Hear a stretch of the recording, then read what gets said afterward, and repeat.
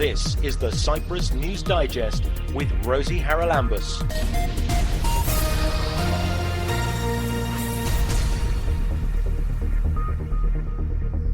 Coming up on this week's programme, the number of wild donkeys in the north of the island is increasing exponentially, and a Turkish newspaper has called for them to be euthanised. So the number was less than 800 donkeys in the beginning of 2000 to right now the population is about maybe 2,000 to 3,000 individuals. And the Stelios Foundation has issued a new call for applications for youth entrepreneurs. The prize money has gone up. The total cash prize last year was 60,000 euro. And for this year, Stelios has decided to increase the cash prize to 100,000 euro. So it will be 50, 30 and 20 respectively for the winners. Reports in the press this week suggested that there might be plans afoot for people to organise that our wild donkeys in the Karpas Peninsula in the north of Cyprus should be euthanized. Now, some people would accept that they can be a bit of a nuisance, they're hungry after all, but there are organisations up there that see the value of these donkeys and they're very popular with tourists. So we're joined on this week's programme by Kamal Basat, who is the director of the Cyprus Wildlife Research Institute. Kamal, this is very worrying. People love donkeys. I adore donkeys. Why do people want to kill them? Actually, nobody wants to kill donkeys in Cyprus. What happened is the past couple of weeks in Turkey, there has been some talks about culling or killing stray dogs, because their population has grown to big numbers, etc., etc., etc.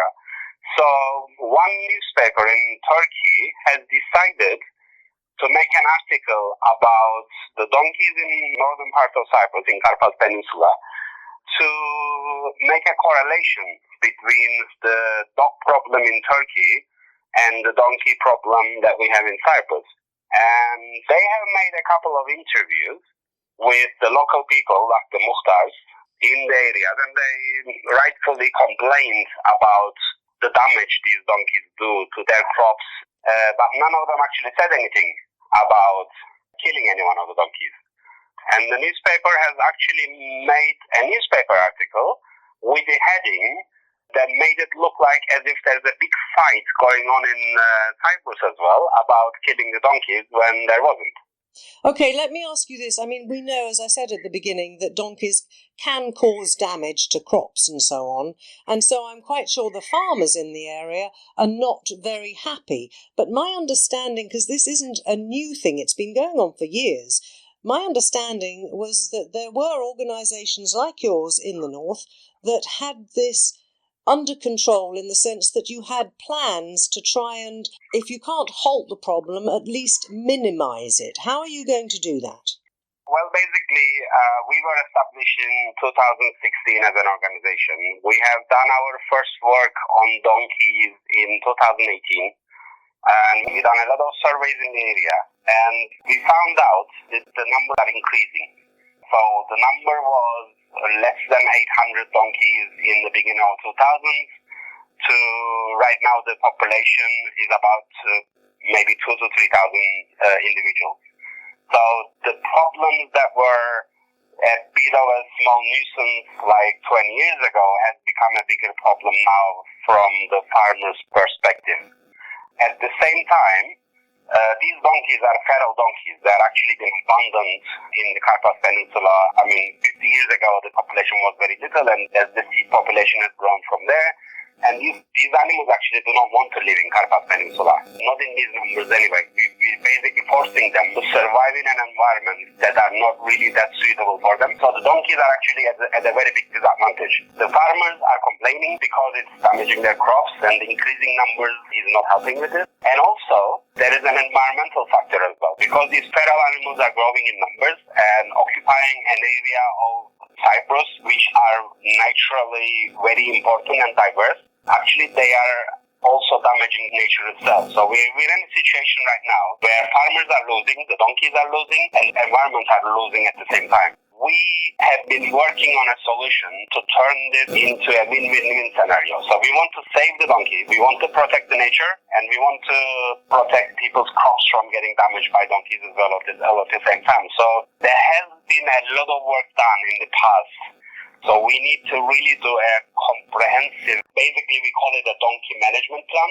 So we have made a protocol with the local municipality there, as well as with the Environmental Protection Department here in the north, that spans over 10 years. And we are going to be offering a comprehensive solution to this problem. What is this solution? As I mentioned, stray dogs and cats are a problem all over Cyprus, and a lot of municipalities, as I say, spay or neuter them so they can't have babies. That's not quite as simple as it sounds with feral donkeys, but is that part of the solution? So you're talking about things at a much, much bigger scale here. Compared to a 20-kilogram dog or a 30-kilogram big dog, you're talking about 300-kilo donkey. And these are some of them are really feral. We got these big donkeys as well that are very difficult to handle. So it's not going to be as simple like a magic wand where you just move it around and everything gets fixed, obviously. But we do think that we have accumulated enough expertise over the years, both working in other wildlife areas as well as with donkeys. And the plan right now is to start the preparation. So we're at the preparation stage. After the protocol, we set up a committee comprised of professors or professionals from the universities, from relevant departments, as well as members of our own organization into a committee that will oversee all of the work. And we are currently working on the action plan of the Karpas donkeys, where everything will be done according to that action plan once it gets out, and it will get out in the next couple of months. At the same time, we are establishing ourselves permanently in the Karpas Peninsula. We have just recently finished building a research station there, so we are actually quite far away from Karpas, about 2.5 hours, and that makes things logistically very difficult. So by basing a team or multiple teams directly at Karpas will help us a lot with tackling this problem. The situation right now is that we first need to understand the problem. The problem is that we got donkeys that are roaming free in all sorts of places, and the number is we only have an estimate of the number. All the donkeys need to be individually caught and numbered and chipped, basically. And then we need to know the exact number. After we know the exact number, then we can make better informed decisions about what to do next. You can carry on getting the exact number, but it sounds like at the rate that they're reproducing, that number's going to keep changing until you actually start doing something about it. The other option I would suggest to you is trying to, I'm sure there must be chemicals that can cause impotence in the male donkeys or prevent the female donkeys from ovulating. There are other answers, are there not? The chemical solutions for these kind of issues is not applicable for any wild or stray animal, for the reason being that they are not able to affect only a single species. For example, you can give your cat a chemical medicine to prevent your cat from having babies, but if you put the same medicine in a water bowl outside in the wild, a feral cat can come and drink from the water, or a hedgehog can come and drink from that water, and then hedgehog will get infected as well. So unless it's done under supervision, the chemical solutions are not really an option. No, I was talking about doing them under supervision. This sounds like a huge job for a team of vets to do something like this, or alternatively, we are planning to set up mobile hospitals, because capturing these animals by remote tranquilizing is not only difficult, but at the same time it's very expensive. You're talking about shooting an animal from a 60-meter distance with enough medicine to drop down a donkey that is 400 kilos. the amount of medicine that you need and the cost of proper medicine, because there are very cheap alternatives out there, but they are like the risk factors are important and this and that. So you need to use the what's best for the animals.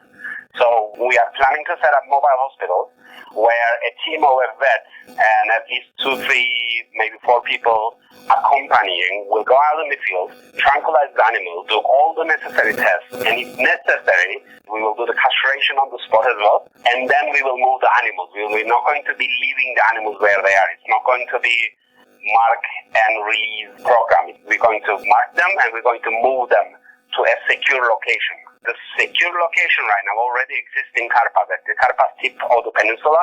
There's 1.5 square kilometers of fenced area where the initial plan was to move the donkeys there. They built the fence, but they failed to move the donkeys. So right now, 20% of the donkeys live in the fenced area, 80% of them live outside. But the fenced area you talk about doesn't sound as if it's big enough to hold all those donkeys. That is a very good question. Well, they'll destroy the whole area, won't they? I mean, you mentioned the destruction of the environment. Basically, in ideal situations, 1.5 square kilometers would be enough for 3,000 donkeys. However, that area is far from ideal for donkeys. So what we're going to start doing is that we're going to start counting of first donkeys inside. And at the same time, inside the zone of the fenced area, we're going to build at least 1,000 square meters of fenced areas. We call these exclusion zones. So these 1,000 square meter areas are going to be fenced around so that no donkey can get inside. And we're going to use these exclusion zones, and our biologist is going to go and assess the situation of the impact of the donkeys over time to determine a carrying capacity. So once we know the donkey population, in the same time, we know the carrying capacity of the fence area. That's going to be our limit. So if we have more donkeys than the carrying capacity, then the action plan is going to outline what we're going to do with the rest of the donkeys. If the carrying capacity is more than the actual donkeys that we have, then we don't have any problem. We will move all the donkeys there. But that's the sound that looks highly or unlikely. We will have more donkeys than the carrying capacity. It also sounds to me, Kemal, as if this is going to take an awful long time. Well, this is a 10-year protocol. We're planning to start in about September. The action part of it is going to be minimum 3 years. So we are planning to do all of this in 3 years' time. You should also know that there are also time issues. For example, it's very difficult to capture donkeys in the middle of winter because there's a lot of vegetation everywhere. There's a lot of water everywhere. So they don't gather into like one location. They all spread out. So once they're spread out, they're more difficult to spot or more difficult to get to. And summertime actually is the best time to get them by luring them into one place with water and food, etc., when it's the most scarce. So the work will be concentrated in certain times of the year. And we also think that we will spend about 20% of the effort to capture the first 80% of the donkeys and the 80% effort to capture the remaining 20%. The other thing I want to ask you is, presumably, if you manage to capture newborns, it's rather easier to deal with them. So if you get all the newborn boys, because they're easier to do than the girls, aren't they, then you should be able to whip through quite a large number of donkeys and castrate them immediately so they won't add to the problem in the future. Basically, you are both right and wrong in that. Let me put it this way. One male donkey is enough to impenetrate about 50 females or even more. So unless you do a comprehensive castration program on the donkeys to control the population wherever it is needed, getting some of the donkeys, I mean, it's the same thing with the stray cats and dogs. There's also always a threshold that is statistically proven that you need to be doing to have visible results. This is the exact same situation. So just capturing the male babies themselves is not enough to fix this problem in 10 years because the lifespan of the donkeys is like 30, 40, even 50 years in some cases. So by capturing every newborn baby male, it would relieve the problem, is what I'm saying. Then would provide a very long-term solution, but not in the next 10 years. No, I'm not suggesting that it would solve the problem immediately, but what I'm saying is, if you're aiming at... What we are actually, if the number estimates that we have are correct, like if we have more than 2,000 donkeys in the Carpaths, which it looks like we do, the plan actually is to capture and castrate every single male. I can see that that would certainly solve the problem, and that was what I was trying to say. But what I'm saying as well is that the easiest option to start with, if you don't have the staff, is to at least capture the babies as they're born and do them, and then move on as fast as possible to all the grown-ups. You can't... How long will it... Sorry... How long do you think it will take you to capture, what percentage of these donkeys are male, if you know? And so how long does it take to capture and castrate, let's say, 800 donkeys? We are planning to capture every single one of the donkeys that are within the fence area or outside of the fence area over the next 3 years. And we will castrate initially every single one of the males, because we are going to have approximately 500 to 600 females that are already pregnant, that half of them will give birth to a male, and those males will reach maturity after 2 to 3 years. So by castrating every single male in a very quick, short time will ensure us the problem will not grow at least for 4 or 5 years while we're dealing with it. That's precisely what I was trying to make a point about. So it looks like you've got your work cut out for the next several years.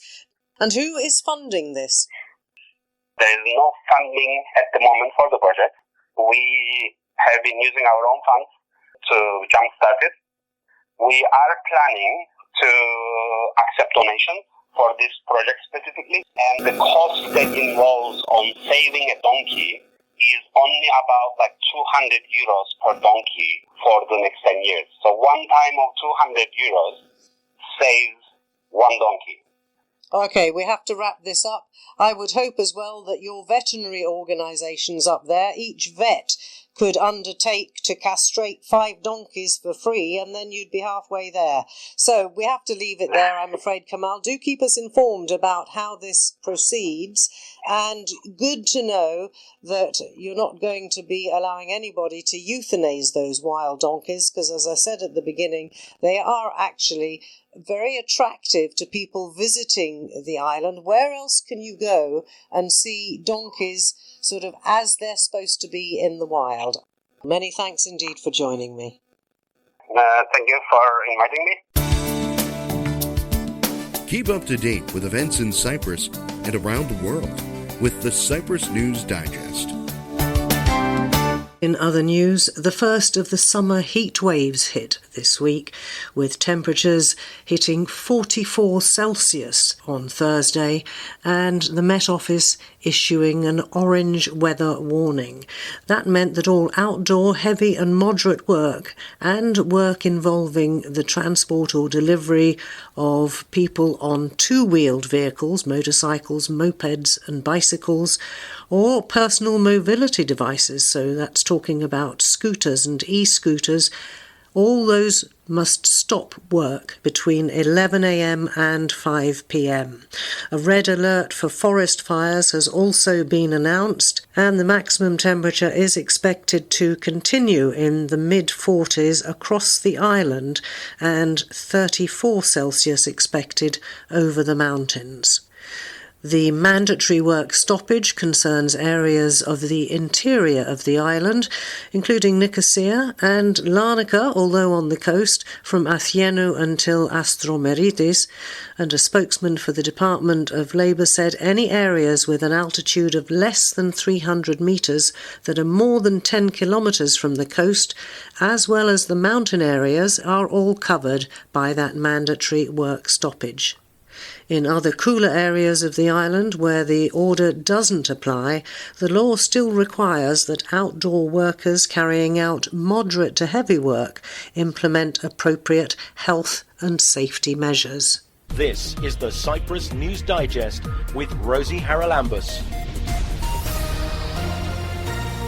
The biggest achievement of Crime Stoppers has been the ability of the public to be able to give information about crime anonymously. There's no way I could have kept prostituting without the drugs. There's no way I could have had my body used like a public toilet, because that's actually what prostitution is. And then the fourth series I started 3 days after I'd won the Oscar, so the whole of the Monarch of the Glen experience was all interplatted with the Gosford Park Oscar experience. I was working with Ronnie James Dio, and David was going to reform Whitesnake in 2003. The ones that I'm proudest of are the ones that were true discoveries, where we found something we didn't know existed.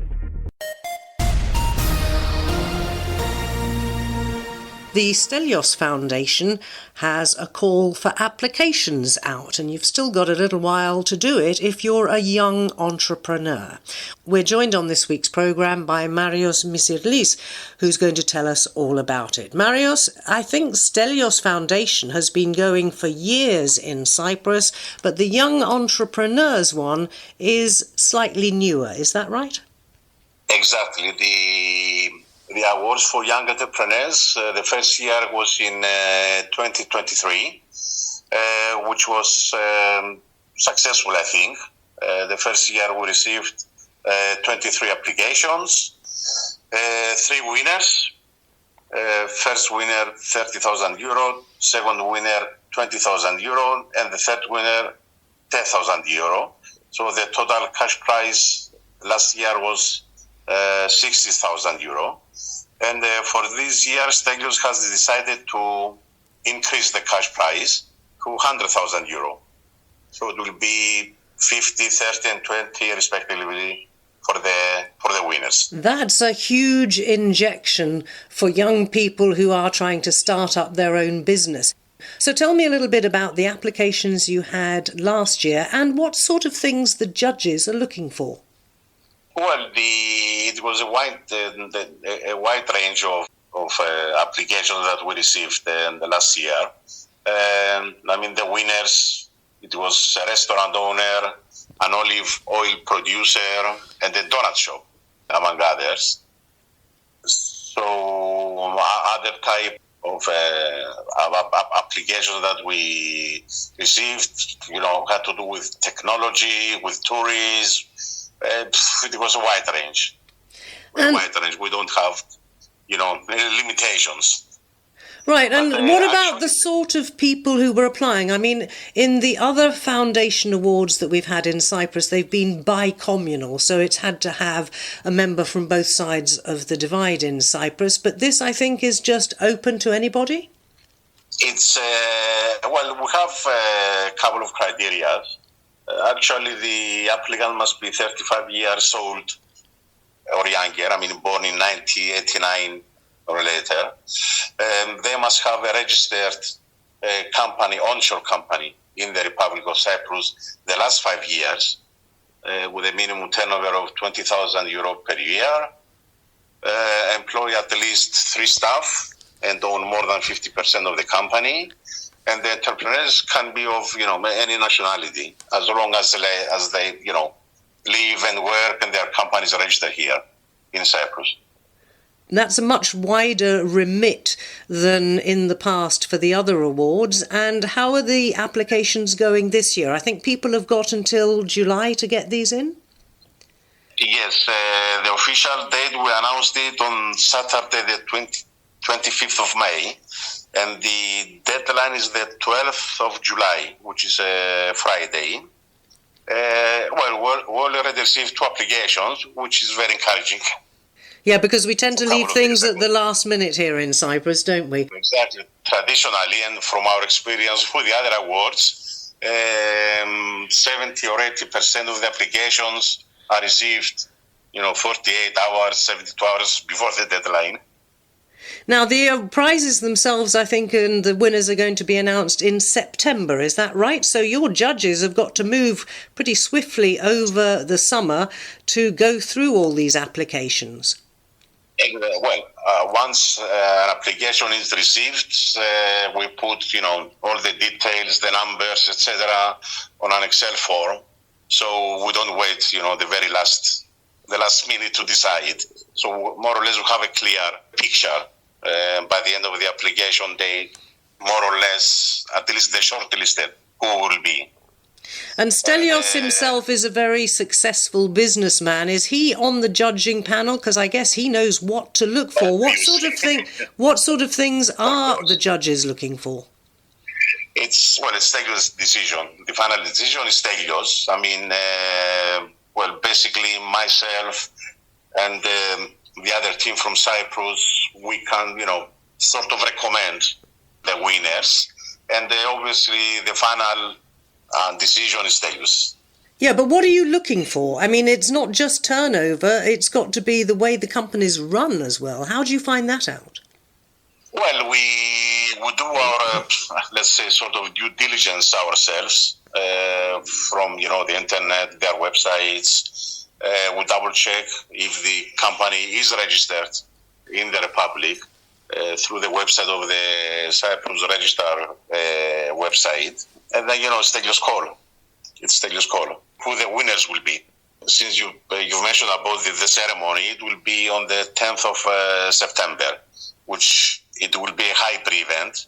The winners will be physically present at our headquarters in Nicosia at 5 Marcou Dragou Street near Litra Palace Hotel.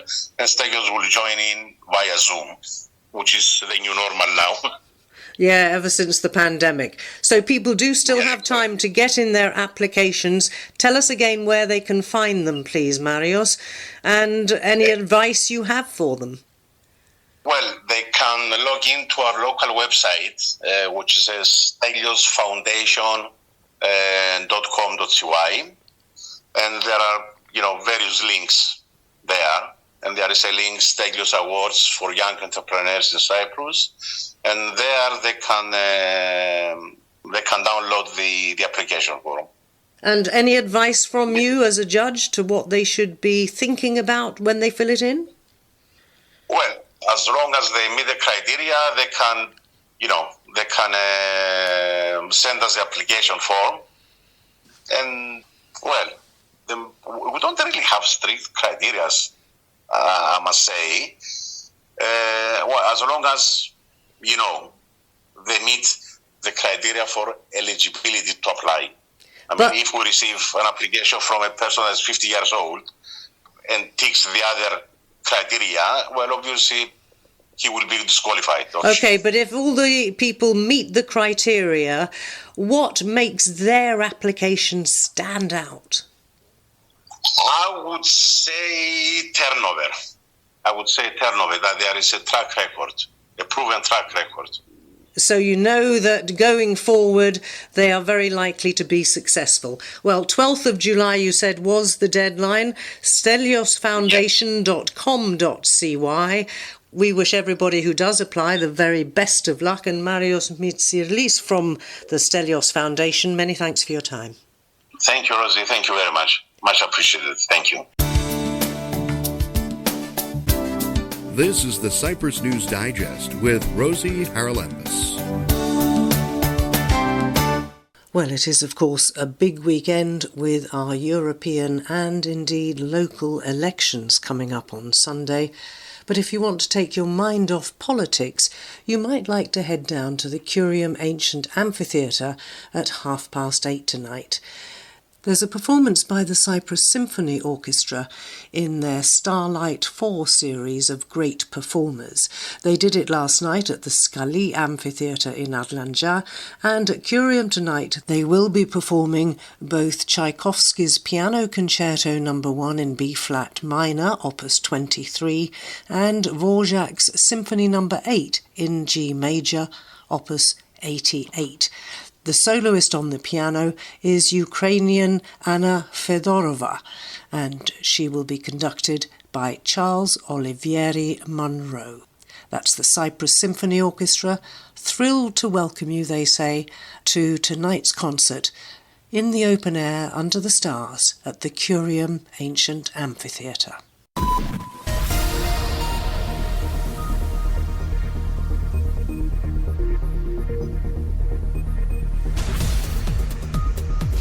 Well, that about wraps up this edition of the Cyprus News Digest. Many thanks for your company. Hope you'll join me next week. Till we meet again, take care and God bless. Bye-bye now.